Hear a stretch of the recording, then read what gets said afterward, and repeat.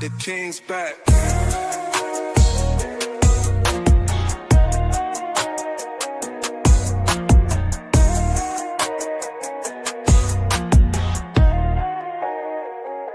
The king's back.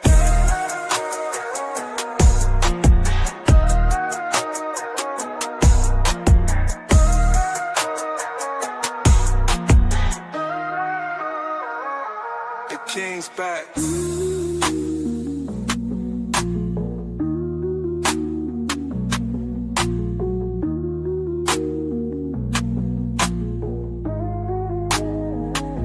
The king's back.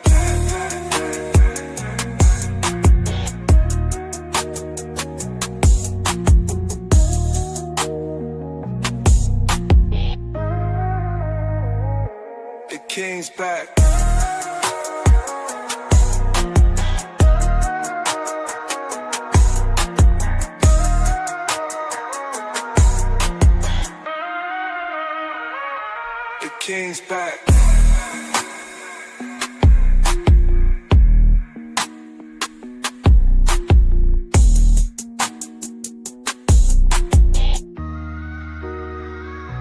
The king's back.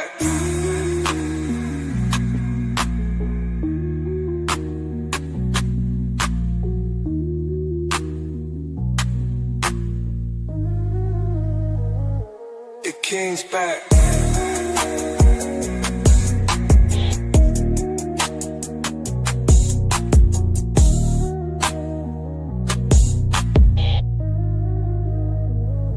The king's back.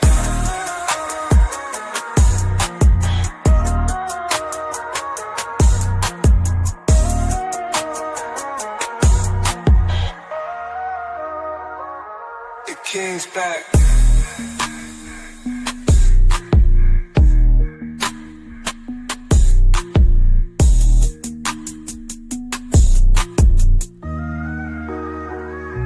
The king's back.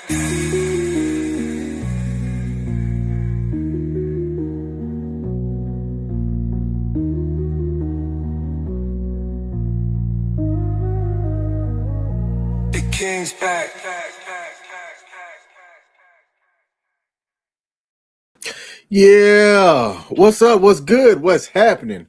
Welcome to my morning live stream. I am the actual King Smith, and this is Wake Up with the Actual King Smith. We liggity live Friday, December the 12th, 2025. And today's live stream is one that I thought was interesting and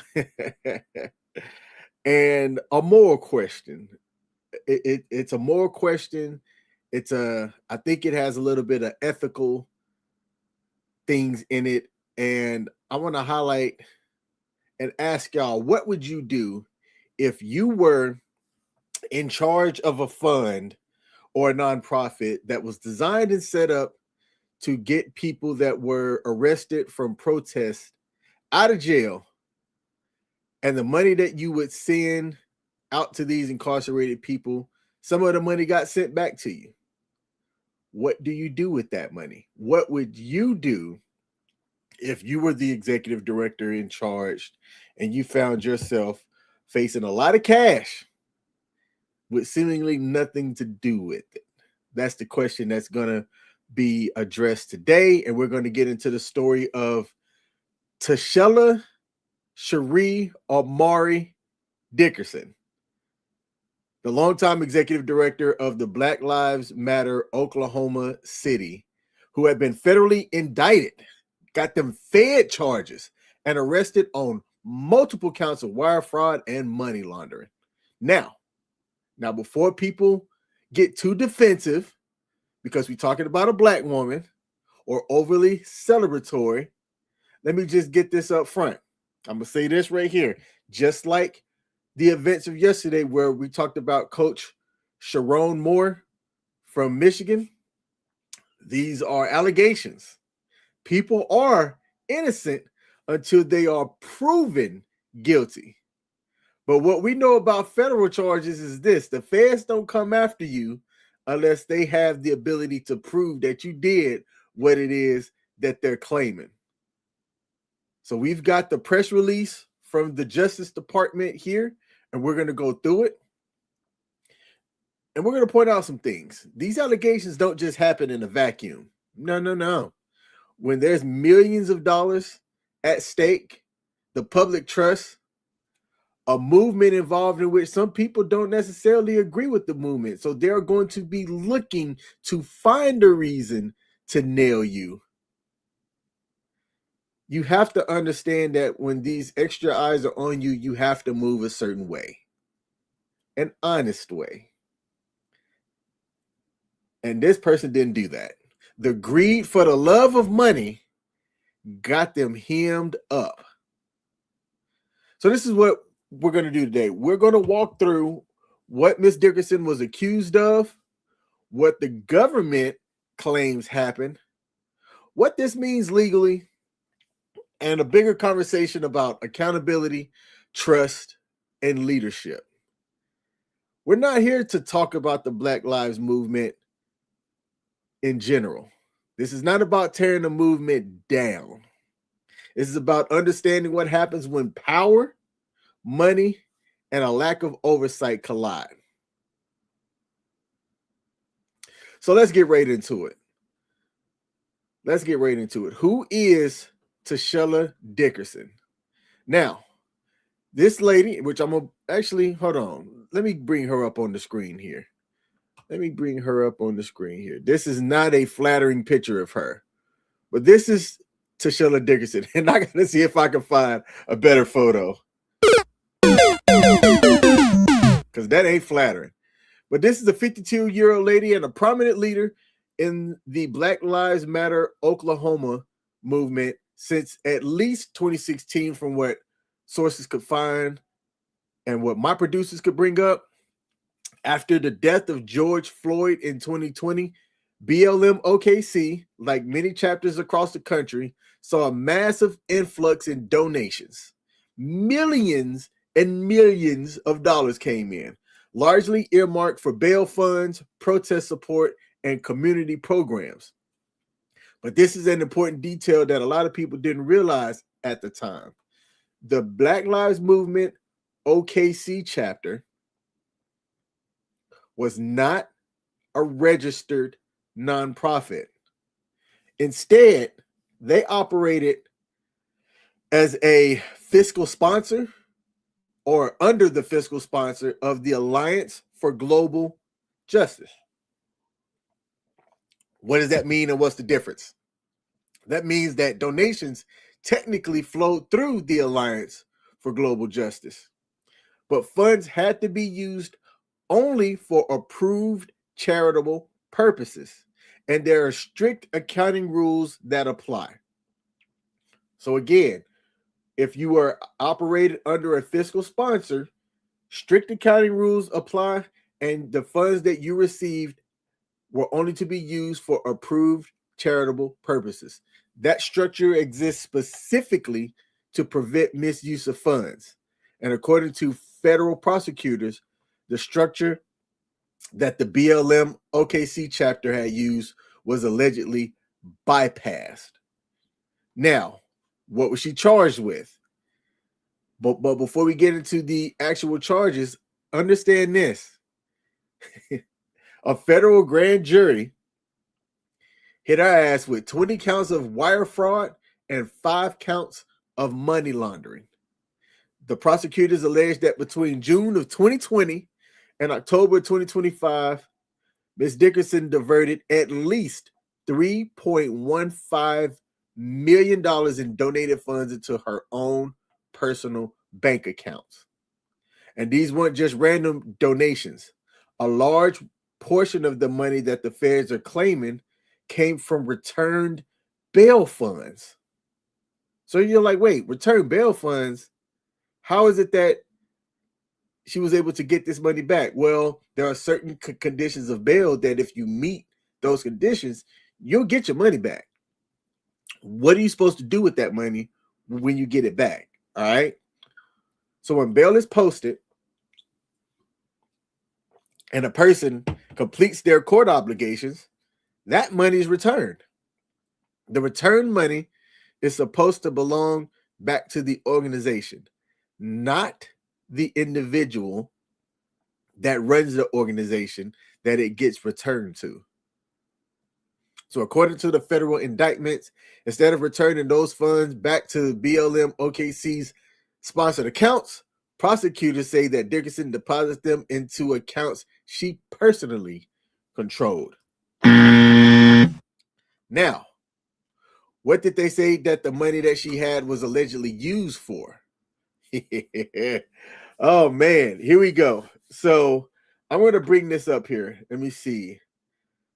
I'm going to share and showcase this website here, which is the justice.com's press release that speaks to what she was allegedly accused of using the funds for. I've got it highlighted on the screen.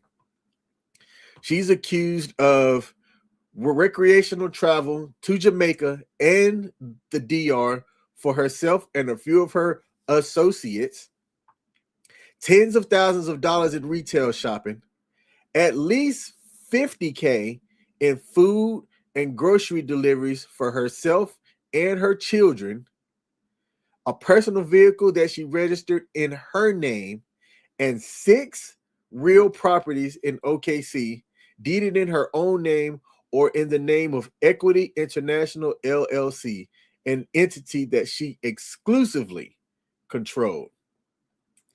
I don't understand why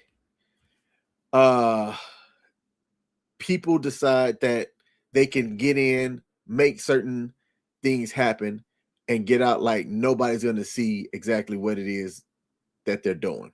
All right. Shout out to God Happened to Me's in the building, said, good morning, love bug. Hey, babe, good morning. And man, we got some racist people coming out early this morning.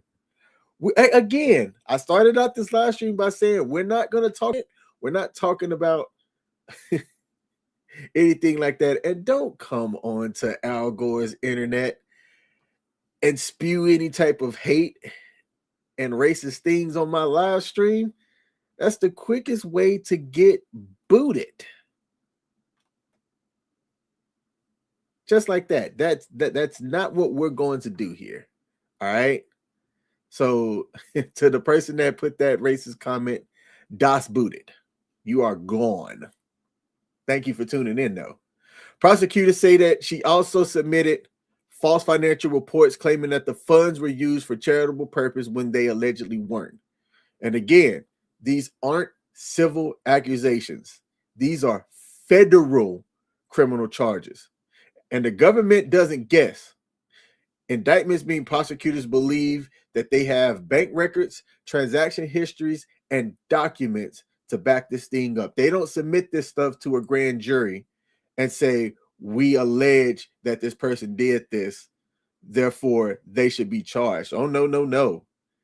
They got the proof whenever they submit to a federal grand jury like that. So, what are the legal consequences? This is what she's facing legally. If convicted, she faces up to, each count of wire fraud itself carries up to 20 years in prison. Each money laundering count faces up to 10 years. And there's a substantial amount of fines that I saw here. She faces up to $250,000 in fines. Now, no one is saying that she's going to get the maximum, but this is not going to be a slap on the wrist case. And I'd be willing to bet that if found guilty, that they're going to make an example out of her, plain and simple. She's going to be the one that's made an example out of, even though, oh man, how do I say this?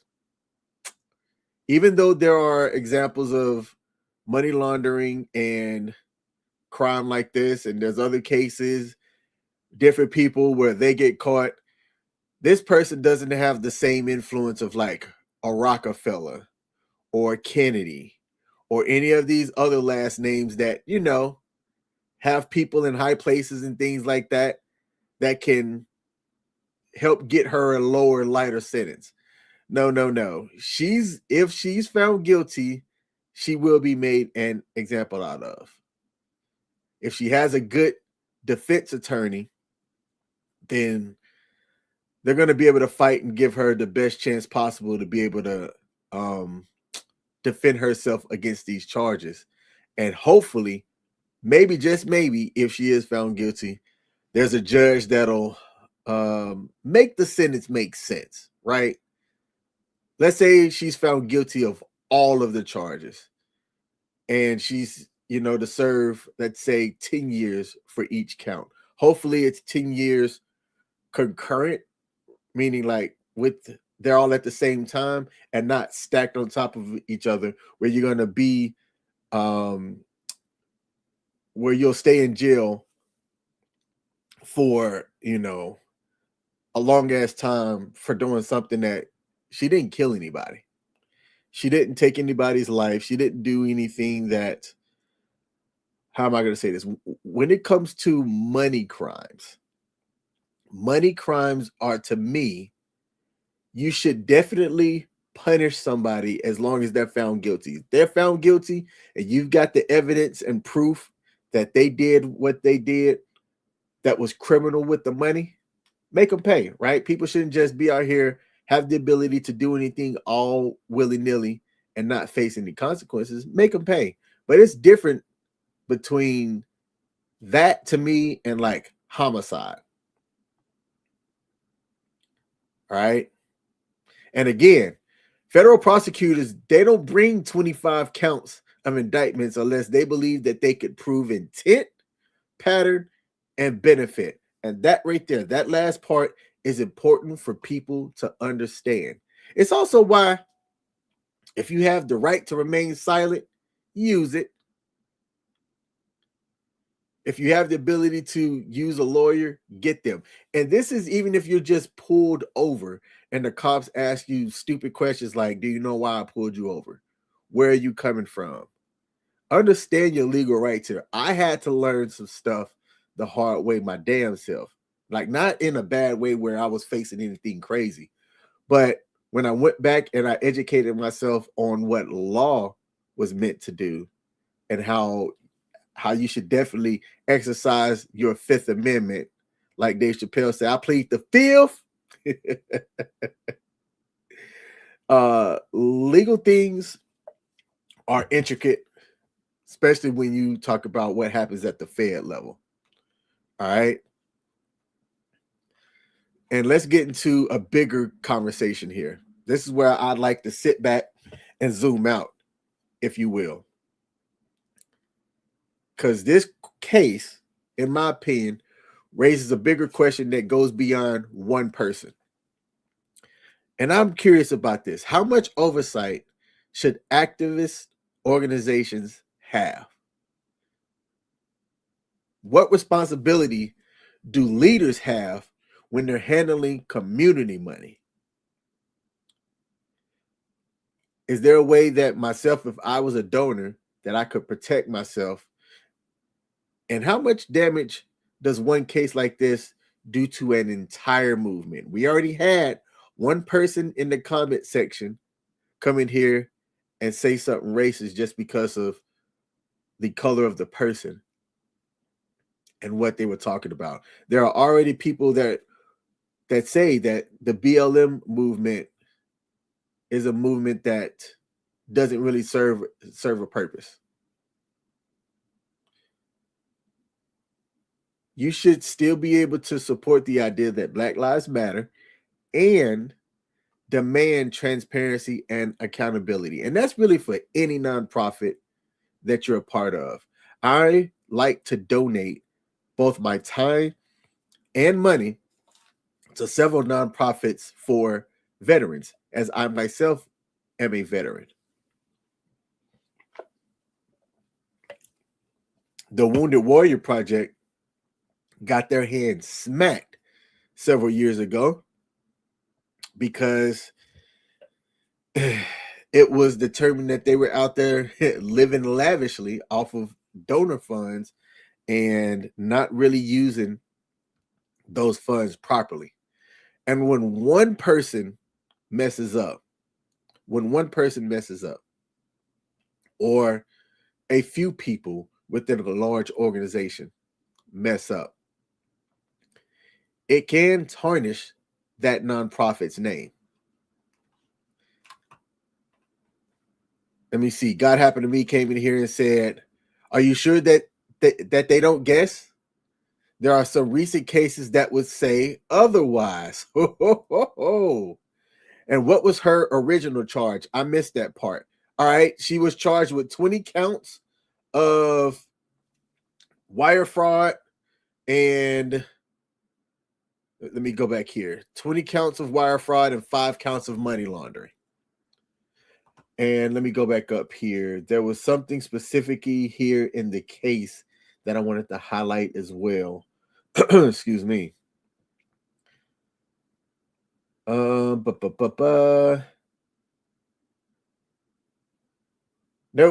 Yep.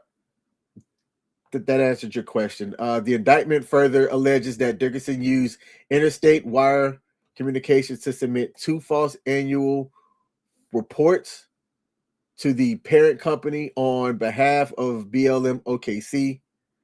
And she reported that she used those funds only for tax-exempt purposes. And she did not disclose that she used the funds on her personal benefit. The press release goes on to say that the public is reminded that these charges are merely allegations and that she is presumed innocent unless and until proven guilty beyond a reasonable doubt. The case is a result of an investigation by the FBI of the Oklahoma City field office and the IRS. FBI and the IRS came into the picture. She ain't going nowhere.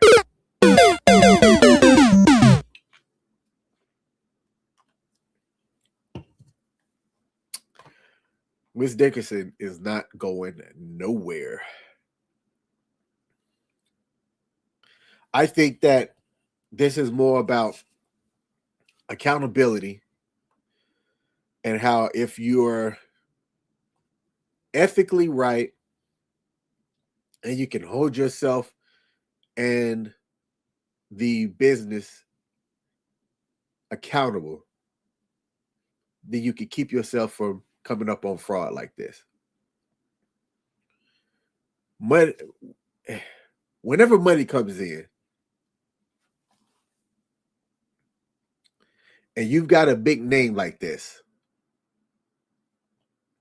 you have to double down and be twice as upfront on proper governance and transparency. You have to be, because there are people that are going to come out of the woodworks and wonder how you're able to do this, how you're able to maintain that, how you're able to take these trips,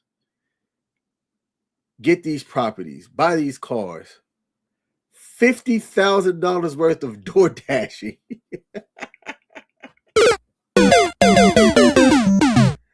How?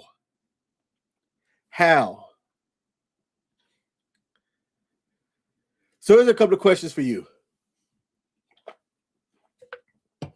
Does cases like this change how you view donating to activist organizations? Should nonprofits and movements be held to the same standards as corporations? Hey, phone, stop listening. And what safeguards should exist so that this kind of stuff doesn't happen again? All right. Now, my assistant producer just sent me some notes here. Okay, got it. Thank you. I'm just curious. And if you have the opportunity and the time, put it down in the chat or put it in the comment section. And I'd like to see some thoughtful answers and not just hot takes. Now, let me see. In closing, let me get this off my screen. In closing, I'll leave you with this.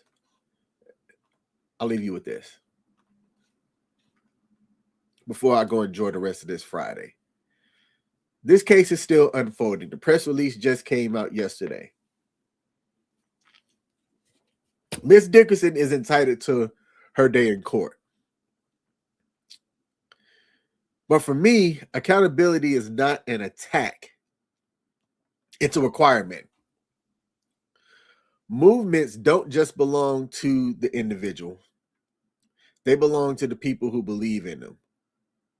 And when you're somebody that's in an executive director of a certain position, you are held to a higher standard. You have to understand that. You should not be moving in a way that is going to tarnish the legacy of whatever it is that you're trying to uphold. Because when that trust is broken, whether it's alleged or proven, it deserves an examination and not silence. In this conversation, hit that like button.